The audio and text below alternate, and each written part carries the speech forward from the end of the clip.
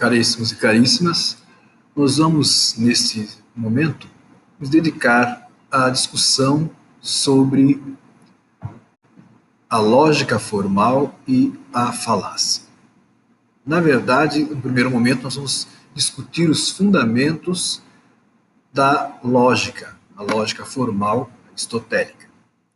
E, posteriormente a essa discussão introdutória, nós vamos falar sobre o que são falácias, seu paralogismo, sofisma e as formas que a lógica busca utilizar para contradizer as armadilhas da falácia.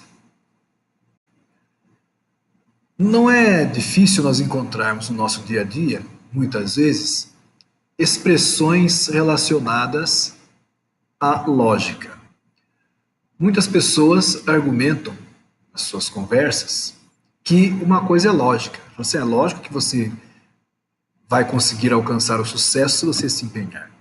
É lógico que ia pegar fogo já que na mata, já que a grama está muito seca e algumas pessoas irresponsáveis jogam palitos ou cigarros acesos. Essas expressões, então, elas podem significar uma inferência. Quer dizer, já que eu tenho um dado X, logo daí decorre, logicamente, né, por consequência, Y. Uma outra concepção da lógica é de exigência de coerência. Visto que é de uma forma, então é preciso que seja assim. Visto que está esquentando, o gelo vai derreter e se transformar em água. Visto que você está correndo no calor, com este sol, é necessário, é óbvio, né, que você vai suar. Um outro aspecto da lógica é justamente essa ideia de não contradição entre o que se sabe de um dado elemento ou fenômeno e o que se espera dele, né? Se está havendo aumento de temperatura sobre uma barra de metal, consequentemente, logicamente, ela vai se dilatar. Isso é uma outra concepção de lógica. Ou então, aquilo que nós entendemos como conexão necessária, né? Precisamos saber o suficiente de um elemento para que a gente já entenda a conclusão, a consequência. Certo? Por que se alagaram as ruas de São Paulo? Porque há asfalto por todo lado, as águas não têm mais por onde escorrerem, né? Serem absorvidas pelo solo, e as próprias galerias, elas estão sendo atulhadas de lixo, jogados irresponsavelmente pelas ruas. Então, por isso que nós tivemos essas consequências aí desastrosas, né? Catastróficas. Então, é nesse aspecto que a gente pensa sempre a respeito da lógica. Diante, então, das mudanças que ocorrem ao redor das pessoas no seu dia a dia, a lógica como que se impõe de uma maneira necessária. As pessoas buscam cada vez mais correlações, conexões que permitam que elas vivam de uma maneira relativamente racional. Então elas vão buscar entender por que algumas coisas se processam de um modo e não de outro. Então essa busca de uma conexão lógica é algo intrínseco à própria vida, à própria existência das pessoas, sobretudo quando estão em um mundo de grandes e profundas transformações. Em termos filosóficos, pode-se dizer que a lógica é uma parte da filosofia que está devotada à discussão da forma como o pensamento humano se estrutura, como ele se constrói. Então a lógica seria uma espécie de estudo da estrutura do pensamento humano.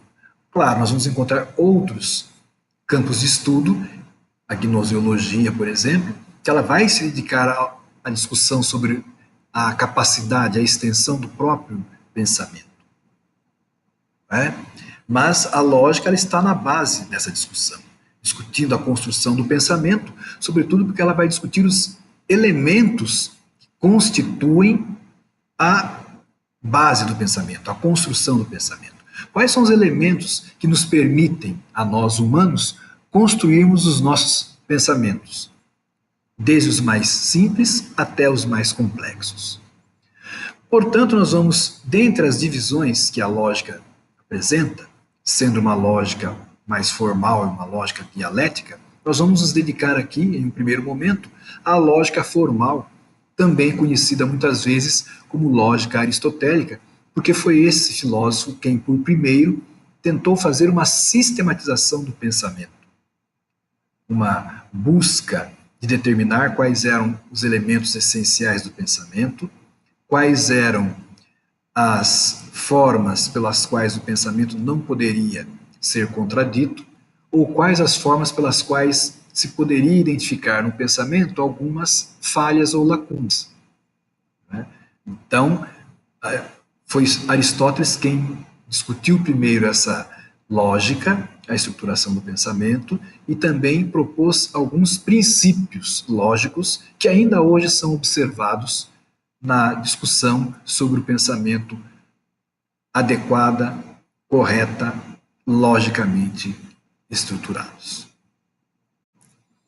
A lógica formal, então, como o próprio termo está dizendo, ela não se preocupa, em um primeiro momento, com o conteúdo dos pensamentos. A lógica, ela vai se atentar, sobretudo, à forma do pensamento. Ela vai postular que existem princípios do pensamento que o tornam correto. E ela também vai buscar identificar as contradições e os erros mais comuns. Portanto, a lógica formal é aquela lógica em que são buscados os elementos que estruturam o pensamento. Então, a lógica vai ter como objetos de seu estudo a proposição que exprime através da linguagem os juízos formulados pelo pensamento. É aquele esquema bastante tradicional, né, em que se busca uma correlação entre um sujeito e um predicado, né, a atribuição de um predicado a um sujeito. SEP. O raciocínio, então, nós vamos verificar, vai exprimir conexões de proposições ou conexões entre termos. Esses termos, né, eles representam aspectos da realidade que são conectados ou desconectados. E toda a estrutura de formação de raciocínios, de juízos, essas proposições, elas estão dentro de um contexto mais amplo de análise, que é o silogismo. Então nós podemos nos perguntar, o primeiro elemento com o qual nos defrontamos ao discutir a lógica é a formação ou a construção da proposição. A proposição, como nós afirmamos, ela é construída por elementos designados como termos. O que seriam então os termos? Dentro das estruturas do pensamento, dos elementos que formam o nosso pensamento, nós vamos encontrar desde aí os termos, os juízos e os raciocínios. Né? Os termos, então, ou conceitos, são aquelas categorias que servem para designar alguma coisa. Nós, então, falamos que o conceito, vulgarmente, ele pode ser entendido como um nome. Então, quando nós designamos alguma coisa, a designação de um ser é um conceito. Esse conceito, ele é um termo. Então, para a lógica formal, o pensamento humano se processa mediante esses elementos. O conceito, que é a designação do ser, esse conceito, quando ele se correlaciona a um outro, esse conceito, ele vai formar um juízo. Quer dizer, o juízo é a relação de dois conceitos, afirmando ou negando a identidade entre eles. Então, nós podemos pensar conceito, por exemplo, porta, ou conceito quadro, e o conceito branco. E nós podemos dizer, o quadro é branco. Então, aí está um juízo correlacionando positivamente, afirmando a identidade entre o conceito quadro e o conceito branco. Nós poderíamos, por outro lado, elaborar um mesmo juízo, negando a identidade entre os dois conceitos. Poderíamos afirmar, então, que o quadro não é branco. Aí estamos negando uma identidade entre o conceito quadro e o conceito branco. Então, esta é uma construção de juízo. Ora, já quando nós correlacionamos dois ou mais juízos, nós temos aí um raciocínio. A correlação de dois ou mais juízos, extraindo deles uma conclusão, é o que nós denominamos de raciocínio. Raciocínio, portanto, é a correlação de dois ou mais juízos, extraindo deles uma conclusão. E aí nós vamos dizer, sem exageros, né, que extrai deles uma conclusão lógica, certo? Então, os três elementos fundamentais do pensamento humano seriam o conceito, o juízo e o raciocínio. Como nós afirmamos, existem vários exemplos de conceitos. Conceitos, enquanto designação da identidade ou de um nome, podem ser coisas abstratas, indivíduos, né, coletividades, objetos reais, seres concretos, animados, seres abstratos, seres inanimados. É tudo o que existe ou tudo que possa ser designado. Então, se nós falarmos de um nome, esse nome, por extensão, pode ser entendido como um conceito. Uma coisa que deve ficar bastante clara para nós é que os conceitos, ao serem designados, eles têm uma extensão. Quer dizer, o termo ele vai possuir uma extensão, uma quantidade de indivíduos aos quais ele se aplica. Então, nós vamos ter conceitos ou termos singulares, particulares ou universais. O próprio artigo, o artigo que acompanha o termo, o conceito, esse artigo vai nos indicar a extensão abarcada por um conceito. Então, quando nós falamos da extensão, nós queremos dizer a quantidade de indivíduos que podem ser envolvidas na nossa argumentação. Então, por exemplo, em relação ao gênero, né, nós temos aí uma extensão maior. No caso aqui, é uma extensão universal. Quando nós falamos, por exemplo, animal, essa extensão é ampla. Ela envolve todo um gênero, dentro do qual cabem aí toda e qualquer espécie de animal. Né? Então, no caso, nós, seres humanos, seríamos uma espécie. Já não seríamos uma categoria, um termo universal, mas seríamos uma categoria particular, uma parte daquela categoria universal. Dentre a categoria dos animais, do gênero, a nossa espécie ela é uma particularidade, ela é uma parcela. Nesse caso, então, a extensão ela é média, mas a compreensão decorrente também é média. Menos disseminada, pulverizada que a compreensão na extensão universal, ou maior, mas ainda menos adequada do que nós veremos, que é a extensão menor ou singular. Então, quando falamos homem, seres humanos, nós somos capazes de entender melhor uma referência do que quando se fala dos animais. Né? O animal está em extinção. Qual animal? É praticamente impossível de se saber. Muitos podem ser enumerados, devido à universalidade dessa afirmação. o ser humano, o homem, o ser humano, encontra-se em vias de extinção. Aí já é mais clara a nossa percepção. E já a extensão menor refere-se ao indivíduo. Ela é uma extensão singular, algo singular, que se refere a apenas um indivíduo. No caso, Sócrates. Não há como confundi-lo com outro. Então, a extensão, nós podemos dizer, ela é invariavelmente proporcional à compreensão. Então, quanto maior a extensão de seres a que se refere uma determinada afirmação, menor é a compreensão dessa designação de um ser. Então, se alguém chega e diz: um homem me roubou, ele fala para o delegado, para o policial: um homem me roubou. Uma pessoa, melhor dizendo, uma pessoa me roubou. Ora, uma pessoa, um ser humano, ter roubado outro, é claro, uma fatalidade, mas como que nós podemos tomar providência se todos somos humanos, pessoas?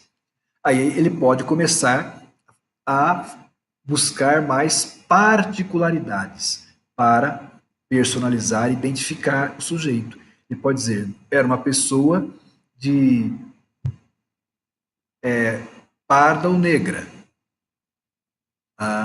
Já ficou mais fácil, né? Ainda que um quinto, né, um terço da população. Não, vamos pegar em termos de Brasil, né? 70% da população tem alguma ascendência africana. Então, se é uma pessoa negra, sim, mas era um homem negro. Aí já fica talvez menos difícil. Era um homem negro de uma idade média de uns 50 anos. Já é mais, já diminuiu bem a quantidade de pessoas. Era um homem negro de 50 anos que usa barba e tem uma barba meio branca, grisalha. Bom, são poucos homens negros da faixa dos 50 anos que usam barba. E esse homem negro de barba, ele também usa óculos.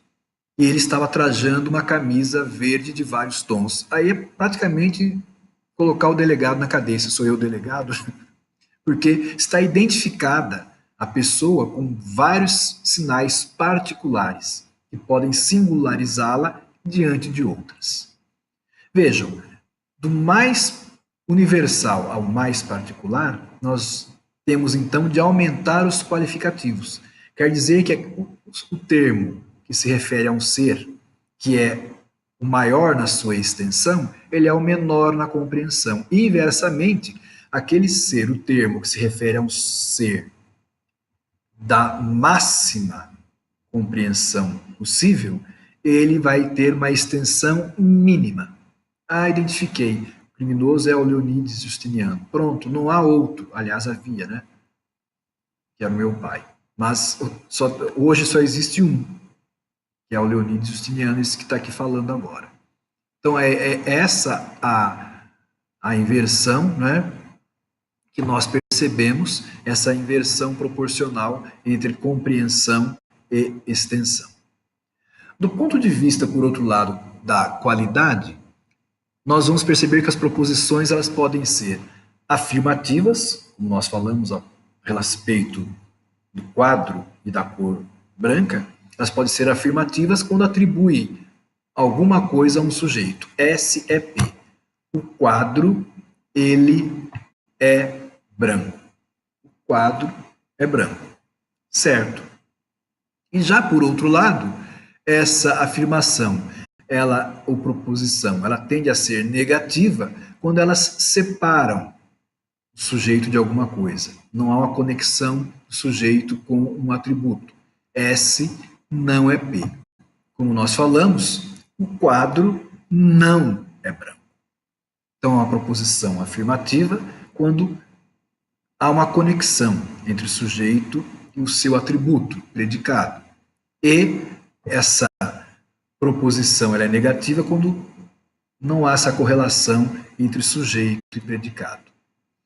Os juízos, então, como são essas operações mentais que consistem em afirmar ou negar relação entre dois conceitos, como nós afirmamos, e que gera, dá origem a uma proposição, ele se constitui na correlação afirmativa, positiva ou negativa entre dois conceitos.